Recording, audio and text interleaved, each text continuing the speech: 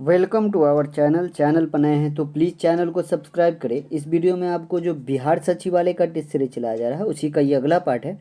देखते हैं हम लोग पहला क्वेश्चन क्या कह रहा है। पहला क्वेश्चन दिया हुआ है कि समान कार्य के लिए समान वेतन भारतीय संविधान में निम्नलिखित में से किस में सुनिश्चित किया गया है उसके बारे में बात कर रहा है। ऑप्शन दिया है मौलिक अधिकार, राज्य के नीति निदेशक, मौलिक कर्तव्य या मौलिक अधिकार या राज्य के नीति निदेशक। इसका जो राइट आंसर हो जाएगा ऑप्शन बी हो जाएगा। राज्य के नीति निर्देशक सिद्धांत में समान कार्य के लिए समान वेतन का बात कहा गया है। राज्य के नीति निर्देशक सिद्धांत भाग 4 में, संविधान के भाग 4 में आर्टिकल पूछेगा तो 36 से 51 तक दिया गया है। कहाँ 36 से 51 तक दिया गया है।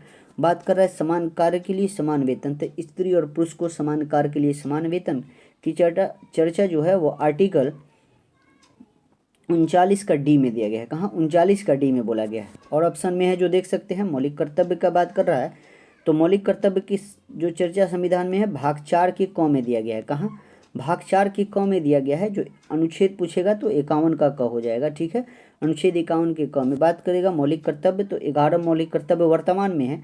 10 मौलिक कर्तव्य को 42वां संविधान संशोधन 1976 में जोड़ा गया था और 11वां जो मौलिक कर्तव्य था वो कब जोड़ा गया था, तो 86वां संविधान संशोधन 2002 में जोड़ा गया था। ठीक है, मौलिक अधिकार का बात करेगा तो मौलिक अधिकार की चर्चा भाग 3 में दिया गया है। संविधान के भाग 3 में मौलिक अधिकार की चर्चा है। आर्टिकल पूछेगा तो आर्टिकल 12 से 35 तक है। कहाँ 12 से 35 तक मौलिक अधिकार का बात कहा गया है।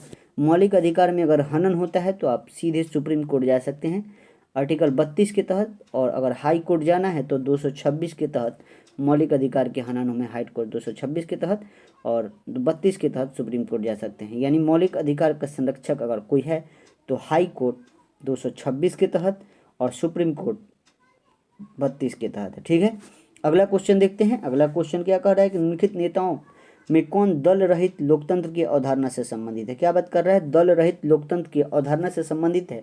तो याद रखिएगा जयप्रकाश नारायण भारतीय राजनीतिक व्यवस्था के अंतर्गत दल रहित लोकतंत्र की वकालत की थी। ठीक है, तो राइट आंसर कौन सा हो जाएगा, ऑप्शन बी हो जाएगा। ठीक है, अगला क्वेश्चन देखते हैं। अगला क्वेश्चन कर रहा है कि लोकसभा के अध्यक्ष को कैसे हटाया जाता है। तो लोकसभा के अध्यक्ष को हटाना होगा तो उसे 14 दिन पूर्व बताना होता है और लोकसभा के अध्यक्ष को हटाने से पहले हटाया जाता है तो लोकसभा में उपस्थित उस समय सदस्यों का 2/3 बहुमत से पारित किया जाता है। ठीक है, और आर्टिकल ये बात कहाँ बोला गया है, तो 94 में बोला गया है, आर्टिकल 94 में बोला गया है। ठीक है, अगला क्वेश्चन देखते हैं। अगला क्वेश्चन दिया हुआ है मिलाने वाला, सुमिलित करना है आपको तो कर सकते हैं। अनुच्छेद 40 में ग्राम पंचायतों का संगठन का बात कहा गया है। 44 में क्या है, समान नागरिक संहिता की बात है। 48 में कृषि एवं पशुपालन से संबंधित है और राष्ट्रीय स्मारक से संबंधित प्रावधान 49 में दिया गया है। इस तरह मिलाएंगे तो राइट आंसर ऑप्शन बी हो जाएगा। अगला क्वेश्चन देखते हैं। अगला क्वेश्चन कर कि निम्नलिखित में से कौन लोक नाटक बिहार में प्रचलित नहीं है का बात कर रहा है। लोक नाटक कौन सा है जो बिहार में नहीं चलता है, तो हम जानते हैं पहले कौन कौन सा लोक नाटक बिहार में है। डोमकच बिहार का है, जट जटनी बिहार का है, समाज चकेवा भी बिहार का है। तमाशा जो नाटक है ना ये बिहार का नाटक नहीं है। ठीक है, राइट आंसर कौन सा हो जाएगा, डी हो जाएगा। अगला क्वेश्चन देखते हैं कि भारतीय संविधान के निम्न में से कौन सा संघात्मक गुण विद्यमान है। यानी भारत के संविधान में संघात्मक गुण कौन कौन सा है उसी के बारे में बात करें तो संविधान सर्वोच्च है, ये बात सही है।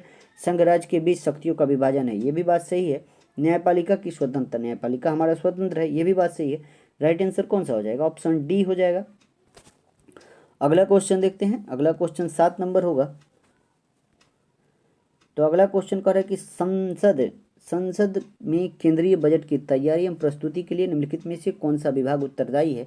संसद में जो केंद्र का बजट होता है और प्रस्तुत का उत्तरदायी जो है वो आर्थिक मामले के विभाग का है। किसका है, आर्थिक मामले का विभाग का है। अगला क्वेश्चन देखते हैं कि दुर्गापुर इस्पात संयंत्र किस देश की सहायता से स्थापित किया गया है। क्या बात कर रहा है, दुर्गापुर इस्पात का बात कर रहा है तो याद रखिएगा ब्रिटेन के सहयोग से। किसके सहयोग से, ब्रिटेन के सहयोग से। याद करने के तरीका अच्छा है कि दुर्गापुर कहाँ पे है, बंगाल में है और अंग्रेजों ने सर्वाधिक शोषण किसको किया था, बंगाल को किया था। तो दुर्गापुर इस्पात संयंत्र बंगाल किसके सहयोग से, तो ब्रिटेन के सहयोग से, इंग्लैंड के सहयोग से। ठीक है, अगला क्वेश्चन देखते हैं। भारत में नाबार्ड पुनर्वितरित प्रदान नहीं करता है, यानी नाबार्ड का इसमें से कौन सा काम नहीं है वही बात कर रहा है। तो याद रखिएगा क्षेत्रीय ग्रामीण बैंक का काम करता है, अनुसूचित वाणिज्यिक बैंक का है, राज्य भूमि विकास बैंक का है, निर्यात आयातक बैंक का नहीं है। तो राइट आंसर सी हो जाएगा। निर्यात आयातक बैंक के लिए एक्जिम बैंक है। कौन सा बैंक है, एक्जिम बैंक जो है वो निर्यातक आयातक बैंक कहलाता है। ठीक है, अगला क्वेश्चन हम लोग देखते हैं। कह रहा है फिल्लोडी रोग निम्न में से किस फसल में पाया जाता है। कौन सा रोग का बात कर रहा है? तो फिल्लोडी रोग जो है वो तिल के फसल में, किस फसल में बाबू? तिल के फसल में पाया जाता है। अगला क्वेश्चन देखते हैं, निम्नलिखित में से कौन यूकैरियोटिक कोशिकाओं से संबंधित नहीं है का बात कर रहा है? तो इसके लिए आपको कुछ सारा ऑप्शन पढ़ना पड़ेगा। तो याद रखिएगा यूकैरियोटिक का बात कर रहा है तो ये देखो क्या कह रहा है कि ये सेलुलोज से बनी होती है, ये बात सही है। 80S प्रकार का राइबोसोम पाया जाता है, ये भी बात कर रहा है। फिर इसमें देख, इसमें केंद्रक की अनुपस्थिति होता है, ये बात तो गलत है क्योंकि केंद्रक उपस्थित होता है यूकैरियोटिक में, प्रोकैरियोटिक में नहीं होता है। ठीक है, क्या बोल रहा है? प्रकाश संश्लेषण की क्रिया क्लोरोप्लास्ट में होती है, ये भी बात सही है। तो राइट आंसर कौन सा हो जाएगा इसका? ऑप्शन सी हो जाएगा। यहाँ पे पूछ रहा है कि नहीं, कौन सी कोशिका संबंधित नहीं है, तो कौन सा? केंद्रक की अनुपस्थिति, नहीं, केंद्रक उपस्थित होता है। ठीक है, अगला क्वेश्चन दिया हुआ है कि निम्न में से कौन कथनों पर विचार करना है, उसके बाद ऑप्शन दिया हुआ है कि कौन सा कथन सही नहीं है। तो कार्य का मात्रक जूल होता है, शक्ति का मात्रक वाट होता है, ऊर्जा का मात्रक न्यूटन दिया हुआ है, जो नहीं होता है बल का मात्रक होता है। तो राइट आंसर कौन सा हो जाएगा? ऑप्शन सी हो जाएगा। ठीक है, अगला क्वेश्चन देखते हैं। अगला क्वेश्चन दिया कि लालटेन की बत्ती में केरोसिन तेल किसके उदाहरण के ऊपर उठता है? ठीक है, जो लालटेन में तेल डाला जाता है तो बत्ती से ऊपर उठता रहता है, तो वो केशिकत्व का उदाहरण है। किसका उदाहरण है? बत्ती में केशिकत्व क्रिया होती है। ठीक है, राइट आंसर कौन सा हो जाएगा? ऑप्शन सी हो जाएगा। अगला क्वेश्चन हम लोग देखते हैं। अगला क्वेश्चन कह रहा है कि ब्रोंकाइटिस रोग शरीर के किस अंग में पाया जाता है? तो ब्रोंकाइटिस रोग शरीर के किस अंग में? फेफड़े में पाया जाता है। कहाँ पाया जाता है? फेफड़े में पाया जाता है। अगला क्वेश्चन हम लोग देखते हैं कि लकड़ी के पौधे में कैम्बियम की गतिविधि को बढ़ाने वाले प्लांट हार्मोन का नाम बताना है। प्लांट जो हार्मोन है जो पेड़ को बढ़ाता है, इसी के बारे में बात कर रहा है। यहाँ क्वेश्चन घुमाया है, याद रखिए कौन सा हार्मोन हो जाएगा बाबू? जिबरेलिन हार्मोन हो जाएगा। कौन सा? जिबरेलिन हार्मोन हो जाएगा। अगला क्वेश्चन दिया कि निम्न में से किसका प्रयोग पॉलिश या पेंट बनाने में किया जाता है? तो पॉलिश या पेंट बनाने में रेजिन का प्रयोग किया जाता है। किसका?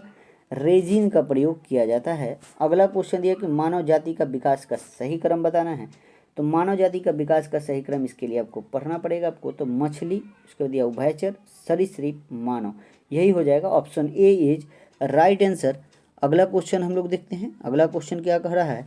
अगला क्वेश्चन निम्नलिखित में से किस में ध्वनि की चाल निम्नतम होती है?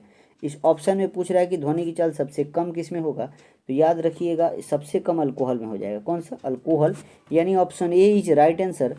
अगला क्वेश्चन दिया सीसा संचायक सेल में एनोड और कैथोड किसका बना होता है? पहले ही यहाँ पे ऑप्शन है आंसर में दे दिया है, क्वेश्चन में आंसर दे दिया है सीसा संचायक सेल, तो किसका बना होगा? सीसा का ही बना होता है। राइट आंसर कौन सा हो जाएगा? ऑप्शन बी हो जाएगा। ठीक है, अगला क्वेश्चन दिया कि आधुनिक आवर्त सारणी किसका बात कर रहा है? मॉडर्न जो आवर्त सारणी है इसके बारे में बात कर रहा है, जो मोस्ले द्वारा बनाया गया है। उसमें कुल वर्ग का बात कर रहे थे, कितना हो जाएगा? आसान क्वेश्चन है, वर्गों की संख्या कितनी है? 18 हो जाएगी। ठीक है, कितना? 18 हो जाएगा वर्गों की संख्या। अगला क्वेश्चन हम लोग देखते हैं। अगला क्वेश्चन कर रहा है कि अयस्क में उपस्थित अशुद्धियों के साथ शुद्रावक संयोग कर क्या बनता है? क्या बनता है? तो धातुमल बनता है। क्या बनता है? धातुमल। राइट आंसर ऑप्शन बी हो जाएगा। अगला क्वेश्चन देखते हैं कि टूथपेस्ट बनाने में किस यौगिक का प्रयोग किया जाता है, उसके बारे में पूछ रहा है। तो जो टूथपेस्ट बनता है उसमें कैल्शियम फास्फेट का प्रयोग किया जाता है। किसका? कैल्शियम फास्फेट का प्रयोग किया जाता है। अगला क्वेश्चन हम लोग देखते हैं। अगला क्वेश्चन कह रहा है कि परम्यूटेट विधि द्वारा किसे दूर किया जाता है? बहुत अच्छा क्वेश्चन दिया है। परम्यूटेट विधि द्वारा जो है जल की जो अस्थायी कठोरता होती है ना, उसी को दूर किया जाता है। राइट आंसर कौन सा हो जाएगा? Option B is right answer. अगला क्वेश्चन हम लोग देखते हैं। अगला क्वेश्चन हम लोग को मिलाना है। दिया हुआ है कि स्तंभ क को स्तंभ ख से सम्मिलित करना है। मिलाते हैं हम लोग। क्या कह रहा है देखिएगा, पाचन तंत्र का बात करेगा तो भोजन पचाएगा, परिसंचरण तंत्र का बात करेगा तो रक्त का परिवहन करेगा, जनन तंत्र जो है वंश परंपराएं को कायम रखने के लिए नए जीव को जन्म करता है, और तंत्रिका तंत्र जो है शरीर के कार्यों को नियंत्रण रखता है। राइट आंसर ऑप्शन ए हो जाएगा। अगला क्वेश्चन हम लोग देखते हैं। अगला क्वेश्चन एक प्रथम जो अंगल बर्मा युद्ध कब हुआ था? 1824 से 26 में। और इसके उपरांत कौन सी संधि हुआ था? तो याद रखिएगा यानडूब की संधि हुआ था। कौन सा? यानडूब की संधि 1826 में हुआ था। ठीक है, अंगल बर्मा युद्ध के बाद। अगला क्वेश्चन का बात करते हैं हम लोग। तो अगला क्वेश्चन जो हुआ था 1857 के संग्राम जो हुआ था, लखनऊ में विद्रोह का नेतृत्व बेगम हजरत महल कर रही थी, लेकिन पूछ क्या रहा है कि इसको दबाने वाला अंग्रेज का नाम क्या था?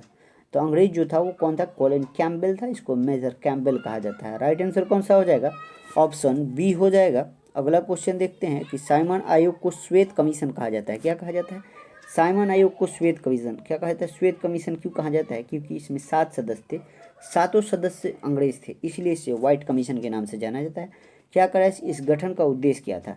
इस गठन का उद्देश्य जो था कि भारत शासन अधिनियम जो 1919 था उसी की समीक्षा के लिए आया था। ठीक है, राइट आंसर ऑप्शन बी। अगला क्वेश्चन देखते हैं कि भारतीय तिरंगों को निम्न में से सर्वप्रथम किसके द्वारा फहराया गया था?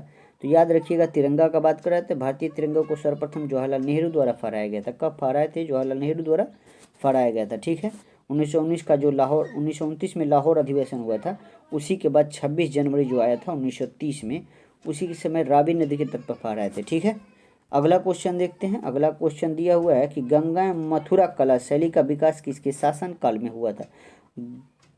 गंधार और मथुरा कला शैली का बात कर रहा है। किसके? गंधार और मथुरा कला शैली का बात कर रहा है। तो याद रखिएगा, यह कनिष्क के शासनकाल में इसका विकास हुआ था। किसके काल में? कनिष्क के शासनकाल में इसका सबसे ज़्यादा विकास हुआ था। आगे क्वेश्चन दिया, गांधी जी 1932 के उपवासन प्रधानतः किसके लिए किए थे? जो उपवासन 1932 में गांधी जी ने किया था वो किसके लिए किए थे, इसी के बारे में बात कर रहा है। तो याद रखिएगा, रामजे मैकडोनाल्ड द्वारा सांप्रदायिक अधिनिर्णय के कारण। ठीक है, राइट आंसर कौन सा हो जाएगा? ऑप्शन सी हो जाएगा। अगला क्वेश्चन देखते हैं कि ऋग्वेद के 9वें मंडल का संबंध किस देवता से है? बहुत अच्छा क्वेश्चन है। ऋग्वेद के जो 10 मंडल है उसमें बोल रहा है कि 9वें मंडल जो है वो किसके लिए है? तो वो सोम से है। किनके लिए? सोम देवता से संबंधित है, सोम देवता से। ठीक है, अगला क्वेश्चन देखते हैं कि सिंधु घाटी सभ्यता के अंतर्गत प्राप्त लिपि लिखी जाती थी।